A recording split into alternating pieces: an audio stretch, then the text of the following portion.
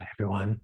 So yesterday I posted Journal 77 on book reviews, and I talked about book reviews sort of philosophically, but I also revealed the title of my book, and I showed the art, the front and back cover, as well as my paintings, my actual physical watercolor paintings that I scanned in to make them, and I talked about that process. But today I'm going to show you the first few pages of the book. There's no story in the first few pages, it's like the title page, but I want to show you that. And because there's internal artwork in the book too, and some of it, there's a little bit of internal artwork, and some of that little is in the first few pages. And I want to show that to you and chat about it a little bit. But there's more on the cover that I didn't discuss. And one thing is just the actual font. Here, it's handwritten. And then on the spine, same thing. That's handwritten and scanned and put on there. And this little BB down there, also handmade, but that's the Bonston Books logo. And I'll talk about that. But story time first. When I was a little kid, like a when I was this big of a child, that little boy there, I spent part of every summer, part of many summers at least, in this town called Chinook, little, just like a street-sized town near Astoria up in Oregon. Chinook is on the Washington side. But I would spend a part of it the summers there, my brother and I, and with one of my grandmas. I had three grandmas growing up. Two of them weren't biologically related, and one is. What the My only living grandma is biologically related. The other two passed, and this one, Nini, right, is properly her name according to me. On her birth certificate, it was Eileen, but and there were times when she would sign her name Eileen. And this is one of those times. And I was, again, like this sized kid. She gave me this book, this copy of it, which is why it's all banged up. I've had it since I was that big. And the fonts on this, Shel Silverstein just drew those himself. That's not like a computer font. It's like Times New Roman or Calibri or something. And it's the same thing on the spine. And it's the same thing on the cover. Oh, and then you can see bleeding through. There's Merry Christmas to Courtney from your friend Eileen. So friend, I mean, it was like basically she was my grandma, but a Nini. But so she gave me that, and it was such a defining. I mean, that's what got me. That's literature. Like you can't argue against that. I mean, that's one of the great books of all time, is The Giving Tree, and I've read it 3,000 times. And I just love how much heart it has. It has so much heart, and I love that. And so I did something similar in terms of my fonts.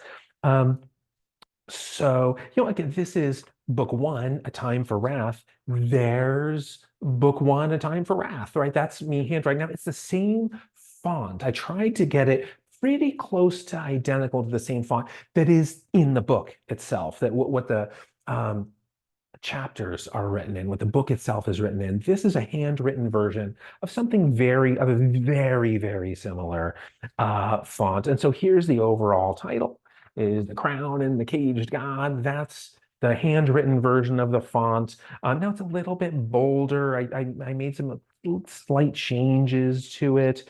Part one, part two, part three. Remember, I'm working on all five books at the same time, and book one is split into three parts. And so that's part one, part two, part three. I was sort of organizing all of them. Now, here's the BB for Bonston Books is right here. And that's the final one that I use that's on the cover. There's another version over there. I'll show you that in just a second. And then inside the book, you'll see it's the Bonston Book Seal of Equality. I'll talk about that in just a moment. And then this. Yeah, I'll talk a little bit about that, but I think you'll just have to read the book to figure out what is happening there. But let me share my screen first, just briefly to show you. So this is coming up with the Bonston Books logo. It went through 6 iterations over the course of about 15 minutes. So this one, this is the first one I sketched. Nope, that's bad. That's terrible. This one, oh, I like the idea of where that's going, but it's Bonston Books, and Bonston needs to be higher. Bonston can't be the lower one, right? It needs to be the greater of the two. So that was the third. Bonston, the backward B is Bonston, which on that book itself, you would notice over here, again, this like police tape little strip here that's not going to be on your book, but it's blocking the backward B, but that's for Boston, the backward B. So that was getting a little, maybe not, that was no closer. That's not really any better. But here I'm getting closer. Then my fourth attempt, that was getting there. Fifth, I replaced these little swooshy things with bubbles. Maybe not. Then as I needed to be angled, it needed to be angled. Sort of a cursive. And so that was the sixth one. And then all I did in the seventh was sort of remove the flare and keep the angled BB. And so that became my Bonston Books logo. I scanned it in and put it in the book, both on the inside and on the spine. So let me show the actual book to you. This is the inside. And this is the title page, The Crown and the Caged God, Book One, A Time for Wrath. So these are my scans. I just modified them a little bit. The front and back cover are not modified at all, other than on Bonston on the back cover. And by hand, I erased the background. It took me like 40 hours to erase the background with a tool, with a little I didn't just like click and erase because I wouldn't have liked how that kind of clipped in. So I zoomed way in by the 1600 dots per inch, whatever DPI image, and I zoomed so far in and used a size 3 eraser and erased around the bite forever. But other than that, I wasn't modifying the front cover and the back cover. Inside the fonts I modified, and so that's those. Now here you see the Bonston Books. This logo right here, same one that's on the spine. And in like real Courtney human being earth life, my publishing imprint, the company that published this book is Bonston Books. In real, I've scanned the barcode and what comes up, Bonston Books LLC. That's I'm an Oregonian. I've mentioned this before, but I live in California, but that's only geography, right? In my heart and soul and cells and biology and whatever. That's an Oregonian. And so my LLC is an Oregon company. And that's what publishes this. And in the story itself, in the book, Bonston, the character who's on the back cover, he has a publishing company. He's a merchant, but one of his enterprises is a publishing house called Bonston Books. And so both in real life, there's the headless monkey. Actually, I'm not going to talk about it. That's a headless monkey, and it is important. It is really important.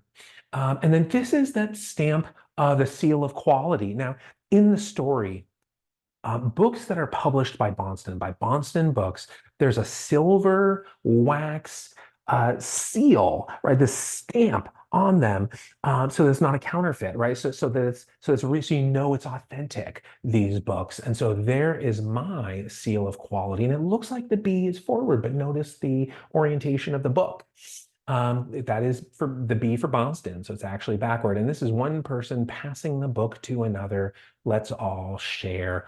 And then, so the only thing that I didn't include, like, I didn't put a website in here. The only thing that links it to our normal world is the US copyright, because Boston Books that's the actual company in the story itself, ISBN, but the US copyright. That I didn't put a website in here, even though I have over 100 websites. I mean, just like Bonston.com, BonstonBooks.com, pretty much every character's name, pretty much every location's name, the name of every month doubles as seasons, right? So seasons double as months.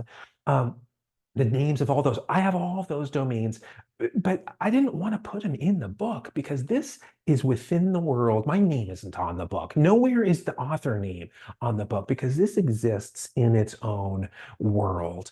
But I'm going to end there, and I will chat with you more in the coming days because the book is coming out on June 1st, and that's just like very soon. I mean, it's less than a week away. And so I will be in touch with you between now and then with more updates and a little bit of reading. I'll read the prologue in the next one. But until then, I hope the week goes well, and I hope your readings, I hope your summers are as rewarding as mine as when I was a child. Okay.